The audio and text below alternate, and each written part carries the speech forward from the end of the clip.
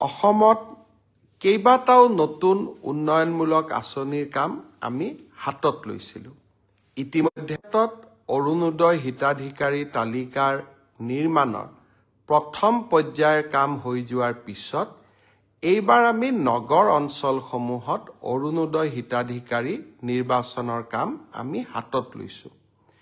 ইয়াৰ লগে লগে আৰু এখন আঁচনিৰ কথা আমাৰ বাইদেউসকলে মোক প্ৰায়ে সুধি থাকে যে 10,000 টকাৰ যিখন আঁচনি আছিল সেই আঁচনিখন আমি কেতিয়াকৈ আৰম্ভ কৰিম।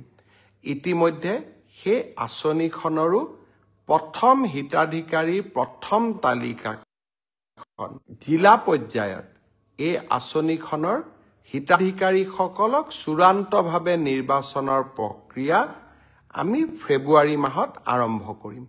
ইতিমধ্যে 32 লাখ আই মাতৃক এই আঁচনিখনৰ বাবে আমি প্ৰাৰম্ভিকভাৱে নিৰ্বাচিত কৰিছোঁ আৰু জিলা সমিতিসমূহে এই আঁচনিখনৰ চূড়ান্ত ৰূপ দিব।